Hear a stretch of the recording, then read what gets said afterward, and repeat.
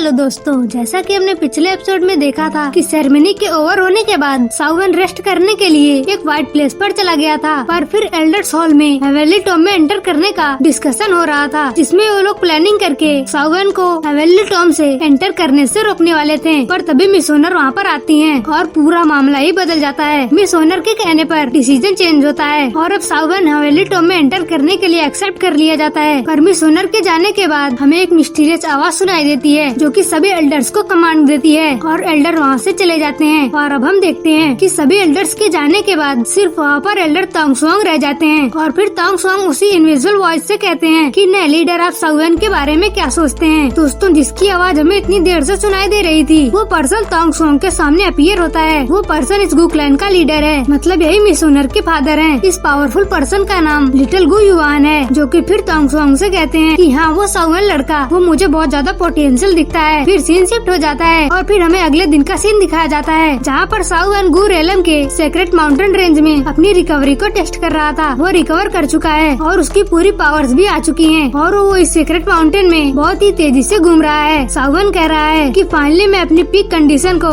Store कर चुका हूँ। एक जगह पर रुकता है और इस जगह प्योर एनर्जी को अपनी सांसों से भरता है और अपने मन में कह रहा है, थैंक्स मिस ओनर, उसी की मेडिसिन की वजह से मुझे उस क्योटिक एनर्जी स्टेबलाइज करने में मदद मिली, वरना मैं कभी भी सिक्योटिक एनर्जी को इतनी जल्दी स्टेबलाइज नहीं कर पाता। पर साउवन वहाँ पर खुश हो ही रहा था, पर तभी उसे एक पावरफुल एंटिटी का फील होता है। साउवन घबराते हुए उस ओर देखता है तो ये तो वही पर्सन थे जो कि कल रात तांग सुआंग के सामने अपीयर हुए थे। पर साउवन अभी ये नहीं जानता कि ये असल में कौन है, क्योंकि सभी लोगों को ये इंस्ट्रक्शन मिला था कि ऐसे ही गु रेलम में भटके ना, ताकि वो किसी को डिस्टर्ब ना करें। इसी वजह से क्योंकि यहाँ पर साउवन आ गया है और उसके सामने इतने ज्यादा पावरफुल एंटिटी है, तो साउवन उनको नाराज नहीं करना चाहता, इसलिए साउवन उस पर्सन के सामने चला जाता है। साउवन अपने हाथों को जोड़ लेता है और झुकते हुए कहता है कि सीनियर मुझे माफ करिएगा, मैं बहुत ज्यादा रेकलेस हूँ। मैंने नहीं देखा कि आप यहाँ पर कुछ कर रहे हैं। क्या मैंने आपको डिस्टर्ब किया? अगर मैंने आपको डिस्टर्ब किया है तो सीनियर प्लीज मुझे माफ कर दीजिए। और लीडर को युआन अपनी मेडिटेशन से जागते हैं और कहते हैं कि जरूरत नहीं है, बल्कि इस जगह पर मैं तुम्हारे लिए ही वेट कर रहा था। यहाँ पर वो अपनी पावर को दिखाते हैं और इनकी अलग ही पावर से स्पेस मैनिपुलेट होता है और देखते ही देखते साउवन अचानक से उस जगह से टेलीपोर्ट होकर कोई दूसरे जगह पर पहुंच जाता है। पता नहीं ये अपने किस कल्टीवेशन लेवल की पावर को यूज कर रहे थे, पर इनकी कल्टीवेशन लेवल इवन दाउसंग लेवल से भी ऊपर है। साउवन तो अपने साथ हो रहे इन चीजों को देखकर पूरी तरह से शॉक्ड था, लेकिन फिर गु युआन कहते हैं मैंने ये बिल्कुल भी एक्सपेक्ट नहीं करा था कि साओ क्लैन का दाऊदी ब्लड लाइन फीड हो जाने के बावजूद भी साओ क्लैन तुम्हारे जितना एक्सीलेंट टैलेंट को प्रोड्यूस कर सकता है। साउवन ये बात सुनकर खुश होता है और एक बार फिर से गु युआन के सामने हाथ जोड़कर झुकते हुए उन्हें ग्रीट करता है और कहता है कि मेरा नाम साउवन है, कि सीनियर क्या मैं आपका नाम जान सकता हूँ? गु युआन बहुत ही पोलाइटली साउवन को जवाब देते हैं कि मेरा नाम गु यान है और मैं मिस ओनर का फादर हूँ। साउवन ये सुनते ही एकदम शॉक्ड हो जाता है। वो एक्सपेक्ट नहीं कर रहा था कि वो मिस ओनर के फादर से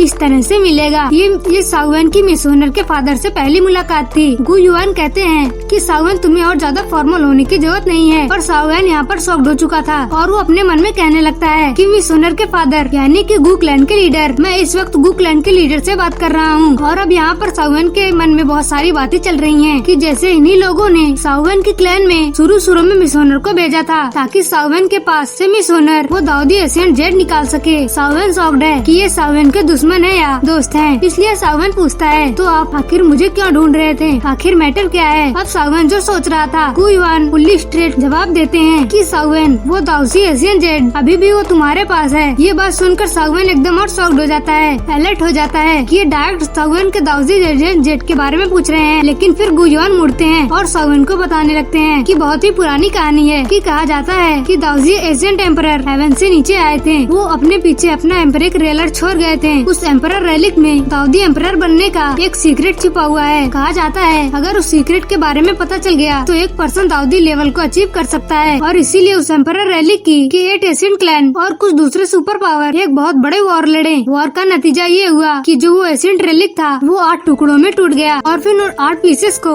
8 एशियन क्लैन में एक एक करके बांट लिया और तुम्हारे पास जो पीस है वो वही एशियन रेलिक का एक टुकड़ा है। साउवन शॉक्ड होते हुए कहता है एक दाऊदी रेलिक, लेकिन तभी साउवन के स्पिरिचुअल रेलम में एक फीलिंग आती है, एक बहुत ही स्ट्रॉन्ग पावर साउवन के मन में फील होता है। साउवन इस स्ट्रॉन्ग पावर को फील करके बहुत ज्यादा शॉक्ड हो जाता है। साउवन शॉक्ड हो ही रहा था, लेकिन तभी गु युआन फिर से कहते हैं साओ क्लैन इसी वजह से तुम्हारे पीछे पड़ पड़ा हुआ है और इसी वजह से उन्होंने तुम्हारे फादर को भी कैप्चर कर रखा है। इन सबके पीछे वही दाउजी एम्परर का जेड है। इसलिए सावन मैं चाहता हूँ कि तुम उस एशियन जेड की सलामती के लिए उस जेड को मेरे हवाले कर दो। मैं उस जेड को तुमसे ज्यादा सुरक्षित रख पाऊंगा। सीधा ही वो सावन के सामने हाथ बढ़ा देते हैं। कॉन्फिडेंस में सावन से मांगने लगते हैं। ये इतने हाई लेवल पर हैं कि इन्हें रिजेक्ट करने का कोई भी पर्सन हिम्मत नहीं कर सकता। सावन भी एक बार के लिए बहुत ज्यादा शॉक्ड हो जाता है और घबरा जाता है और सोच में पड़ जाता है। लेकिन अगले ही पल वो पीछे हटता है और अभी भी इस गु युआओ की इंटेंशन वही है। पर सावन गु युआओ को भले ही पोलाइटली जवाब देता है, जो एशियन जेड है उसमें मेरे फादर के सोल इम्प्रेंट लगे हुए हैं। उससे मालूम चलता है कि मेरे फादर जिंदा है या नहीं। सीनियर गु युआन, मुझे माफ करिएगा पर मैं इस बात से एग्री नहीं कर सकता। मैं आपको वो एशियन जेड नहीं दे सकता। गु युआ भी सावन की बात को सुनकर शॉक्ड थे, पर इससे पहले कि वो आगे कुछ कहते हैं या करते हैं, उस जगह पर हमें मिस सोनर की आवाज सुनाई देती है। मिस सोनर तुरंत ही सावन के पास आ जाती है। मिस सोनर घबराई हुई थी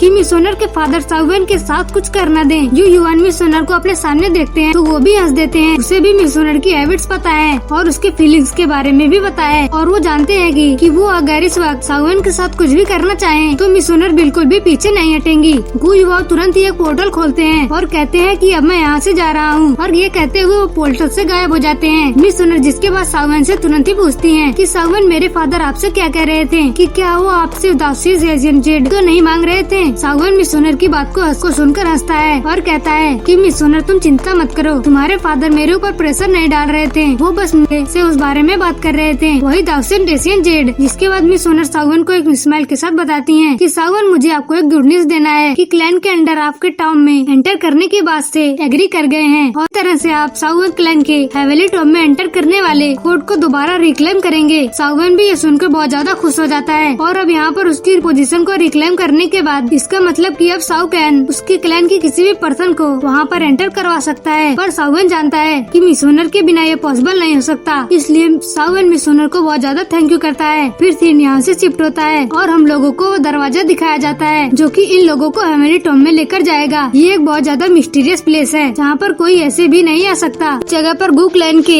तो एशियंट स्टैटूज इस जगह को गार्ड कर रहे थे। पूरी जगह पर एक स्ट्रॉन्ग फायर की एनर्जी फैली हुई थी। फिर हम देखते हैं कि धीरे धीरे करके एशियंट क्लैन के सभी चुने हुए डिसाइबल्स इस जगह पर आने लगते हैं। दरवाजे से एंटर करने का समय हो गया है, पर अभी भी एक ग्रुप है जो नहीं आया है, वो सावन और मिस सोनर है। पर हवा में सभी को मिस सोनर की यूनिकॉर्न की आवाज सुनाई देती है। हम लोग देखते हैं कि सावन मिस सोनर के साथ उसके यूनिकॉर्न पर बैठकर बहुत ही तेजी से हेवेली टॉम के गेट की तरफ बढ़ रहा है। ये नजारा देखकर समझ में आ रहा था कि हाँ, एक प्रिंस और एक प्रिंसेस अपने रॉयल सवारी में बैठकर कहीं जा रहे हैं। जिसके बाद फिर मिस सोनर और सावन आराम से वहाँ पर उतरते हैं। सावन मिस सोनर का हाथ पकड़कर उसको सामने ले जाता है। यहाँ पर मिस सोनर के क्लैन से एक और जनरल जा रहा है। ये वही जनरल है। इस जनरल का नाम कुंगयान है। मिस सोनर सावन को कुंगयान के बारे में बताती हैं। ये जनरल बाकी के दूसरे जनरल से बहुत ही ज्यादा शांत था और समझदार था। इसके बाद सावन को बाकी के क्लैन के बारे में बताती हैं, जैसे कि इस बार स्पिरिट क्लैन से यहाँ पर कोई नहीं आया है, तो बाकी के और यान क्लैन, याओ क्लैन, थंडर क्लैन सभी लोग अपने 2 डिसाइबल्स को लेकर हेवेली टॉम में एंटर करने के लिए भेज दिए हैं। यहाँ पर खड़े सभी लोग अपने अपने क्लैन के टॉप यंगर जनरेशन में से एक हैं। सावन सभी लोगों को देखता है। कुछ लोग सावन के दोस्त थे तो सावन उनको स्माइल करके वेलकम करता है, पर फिर सावन की नजर उस आखिरी क्लैन के ऊपर जाती है जिसके बारे में मिस सोनर ने अभी तक बताया नहीं था, सोल क्लैन। सोल क्लैन भी हेवेली टॉम में एंटर करने के लिए अपने 2 डिसाइबल्स को भेजा है। ये दोनों दिखने से बहुत ज्यादा बदमाश दिख रहे हैं और अभी से सावन और मिस सोनर को टारगेट कर रहे हैं। सावन की नजर उन पर जाती है तो मिस सोनर भी सावन को बताने लगती है कि इसका नाम हुनिया है और ये सोल क्लैन के यंगर जनरेशन के टॉप जीनियस है और ये इस बार हेवेली टॉम में एंटर करने के लिए सोल क्लैन को रिप्रेजेंट कर रहे हैं। ये लोग आगे जाकर हमारे लिए खतरा बन सकते हैं। सावन मिस सोनर को बताता है कि हाँ, मैं इसके बारे में जानता हूँ, मैं इससे एक बार गुरेलम में ही मिल चुका हूँ। यहाँ पर आपस में लोग बात कर ही रहे थे, लेकिन तभी वहाँ पर एक धमाके की आवाज सुनाई देती है। सभी लोगों का ध्यान उस बड़े से गेट की तरफ जाता है जहाँ पर उस गेट के सामने